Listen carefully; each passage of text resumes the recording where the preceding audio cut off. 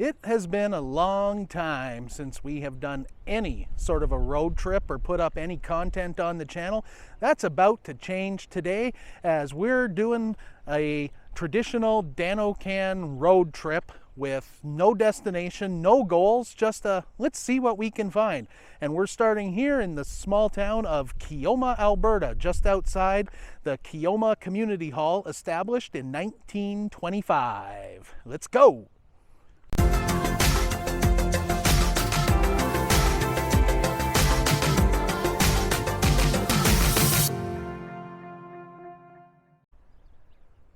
So it's not the nicest day out today. It's kind of cloudy and overcast. A little bit of wind, actually quite a bit of wind. I do have DroneOCan with me. I'm not sure if we'll be able to use it in this wind. Depends if we find something that's worth flying over. But for now, we are just kind of tooling around, seeing where the winds and the roads take us. So in our last road trip video, we basically were using Google, or ended up being Siri, to pick directions for us. This time we're going a little more old school, and Emily has the classic Southern Alberta paper map. Yes, the Backroads Mapbook, version 1. And it's kind of funny.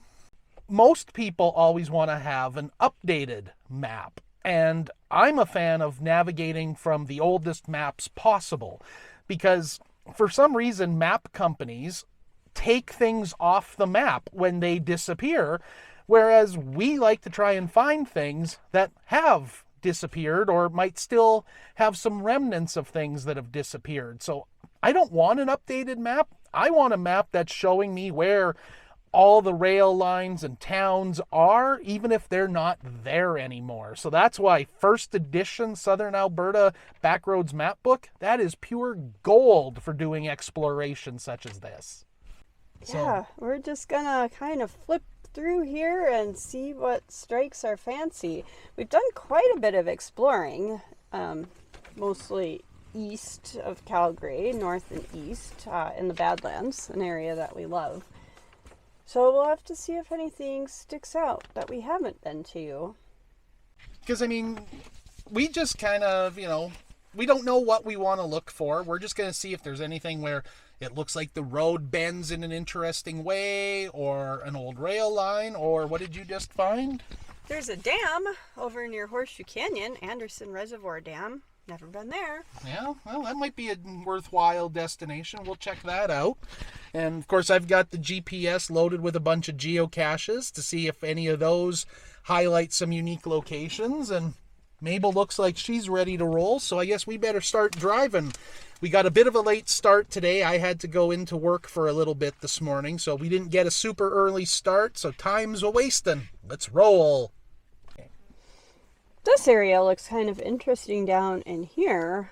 Haven't done a lot of exploring in this area. It looks like a lot of small streams and rail lines and topography there, so that could be a target for us as well, maybe on the way back.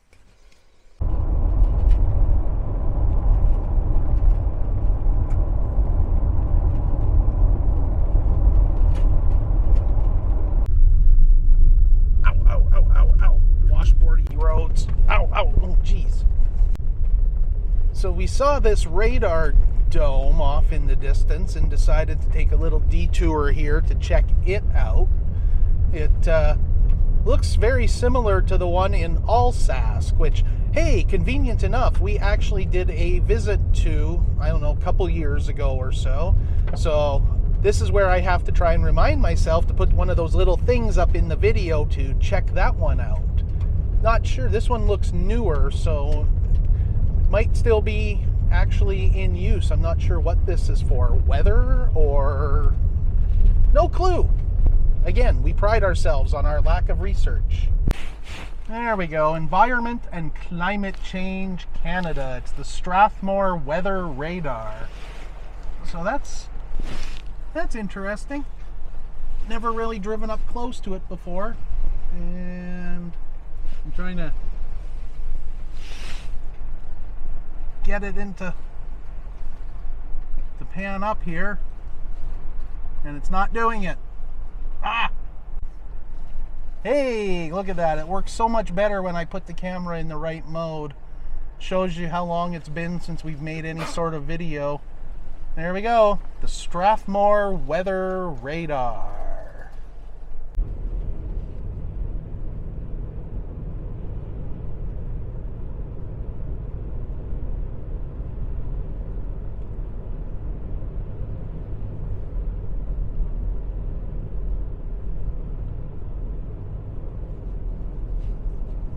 Nightingale Community Hall.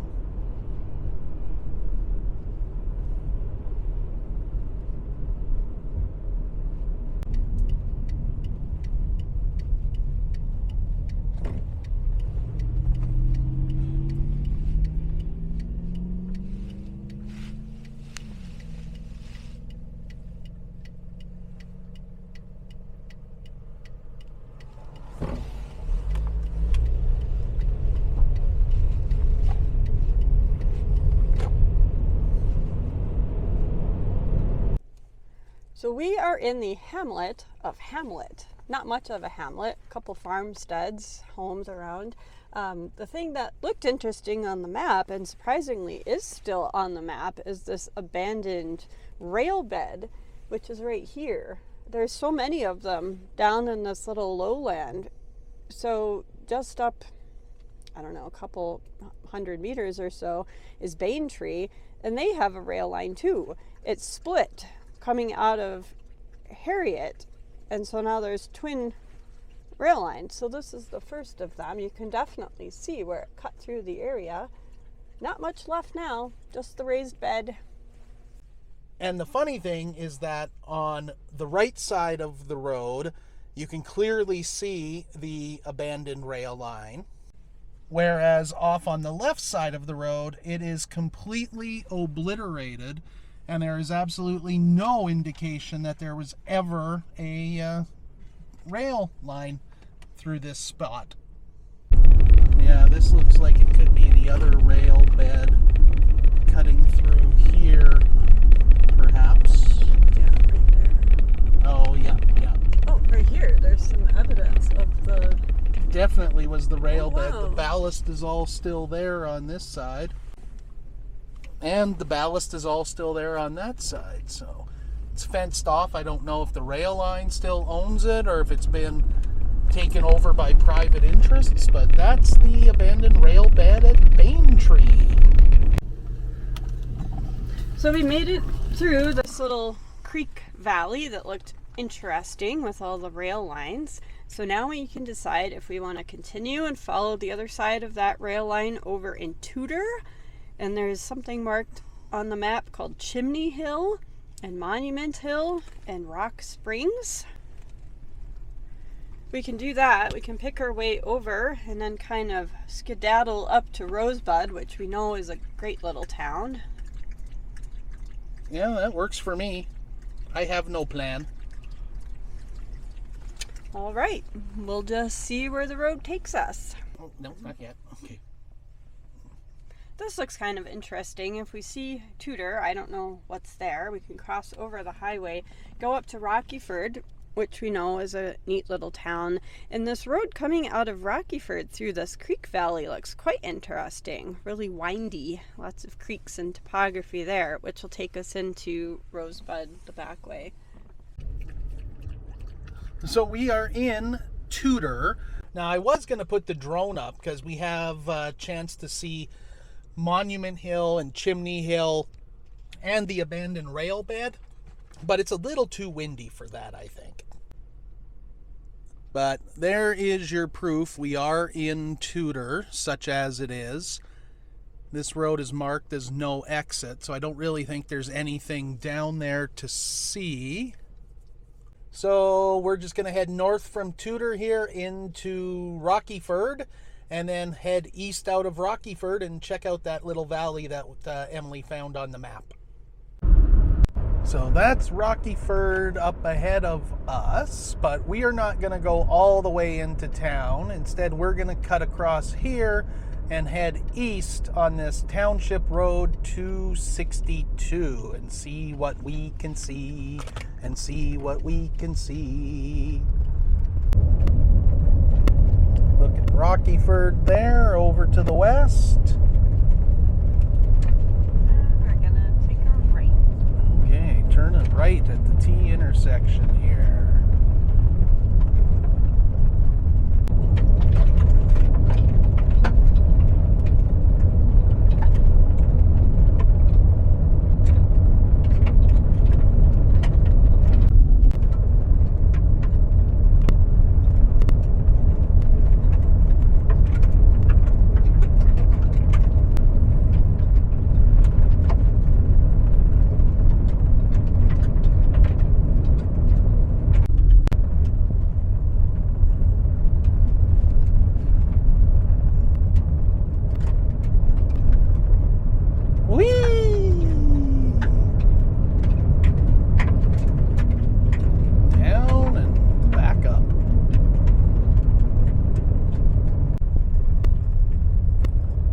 Working our way to the little community of Redland. This is such a great little valley that we're coming around through here.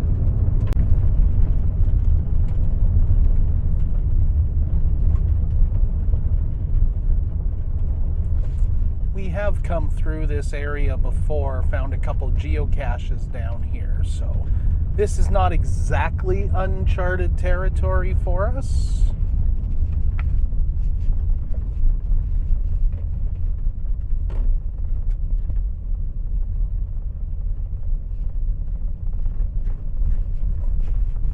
In fact, I think the geocache that we found was, spoiler alert, that birdhouse on the pole there. Ooh, fire truck over there.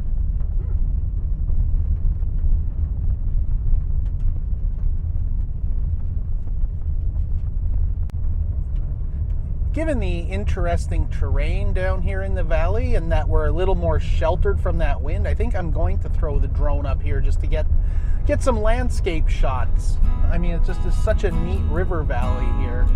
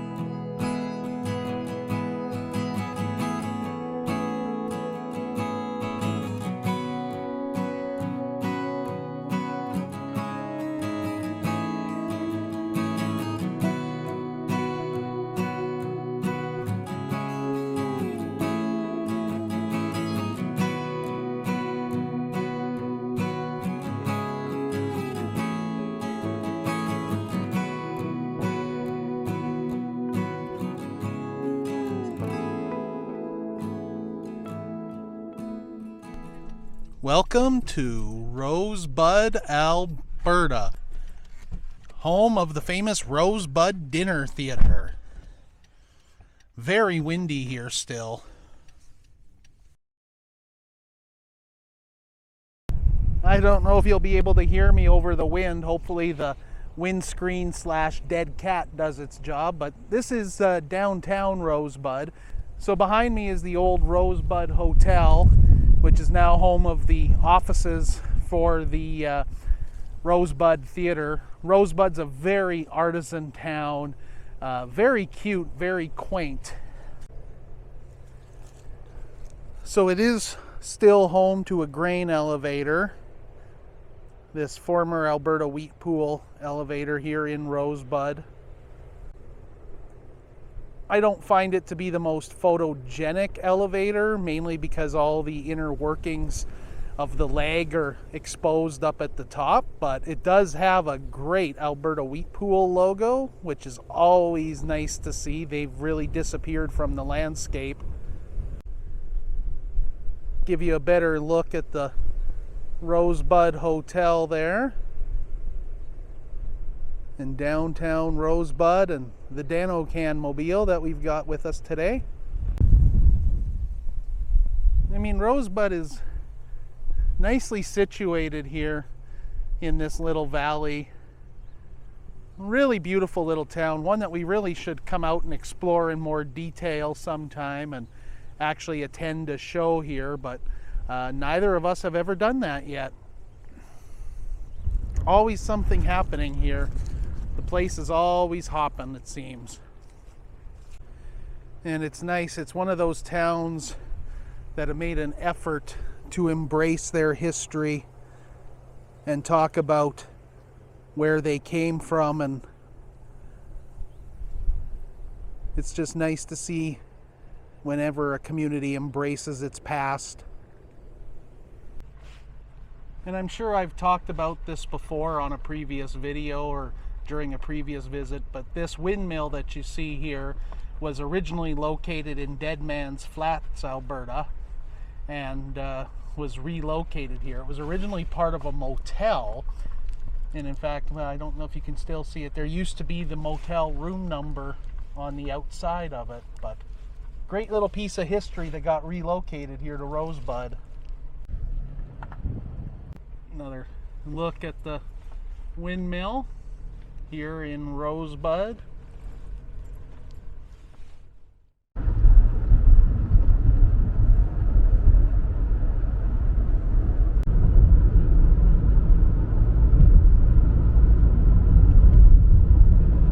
Working our way back west, leaving Drumheller, coming through the community of Neckmine. Some people riding horses through here.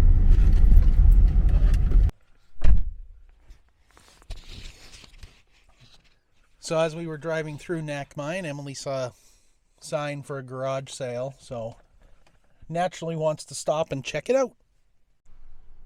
I'm choosing to wait here in the car with Mabel.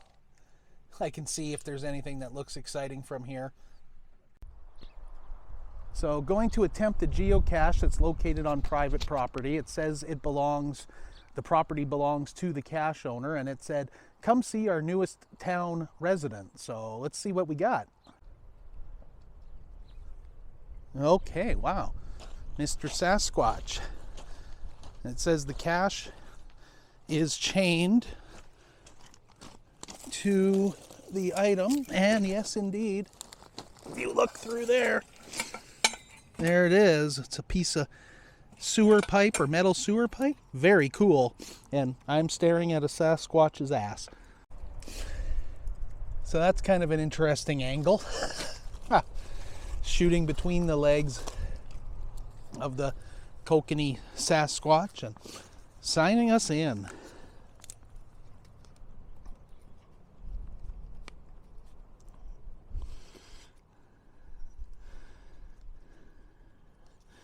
This is probably going to be one of our last stops on this trip. We're going to start heading for home here. We don't want to be gone too long. It is another work day tomorrow for us. For everyone else, it's Saturday. For us, Saturdays are our Mondays. So it's kind of like a Sunday night for us right now.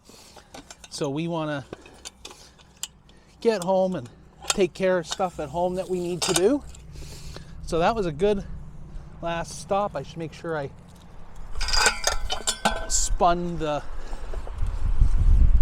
Oh, there it is. I forgot to lock the container again.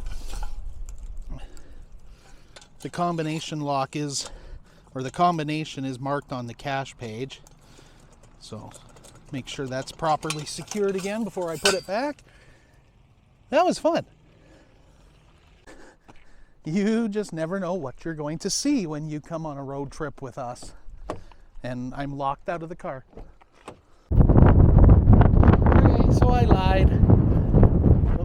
Turn on the microphone. Let's try that. Okay, so I lied. One more geocache find to attempt here at this historic mining site. So as you can see here, this is the site of the Red Deer Valley Mine originally. And according to the sign, the Red Deer Valley Mine was the longest continuously operating coal mine in the Drumheller Valley. Closed down in 1961. So they have a few different mining artifacts here, including this poor horse, which is in really rough shape. He's attempting to pull this mine car, and for some reason, the best way to attach a mine car to a horse is apparently to tie it to its tail. But you can see the poor fella is really worse for wear here. The concrete is starting to really break apart. You can see the metal structure inside. Mining takes its toll. It's not an easy life, even for a horse.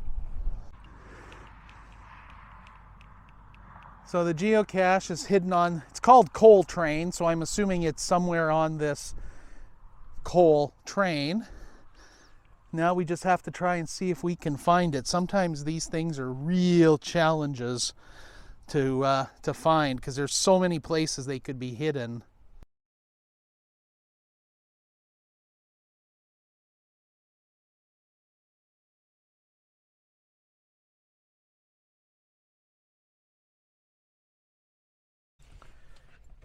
This road trip has been really good for us mentally.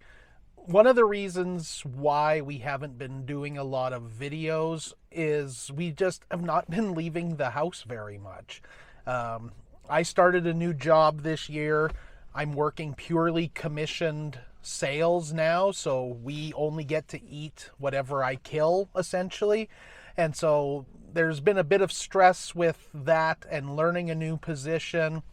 And it just has really left me mentally tired a lot. And so that's just taken away the desire to go out and do things.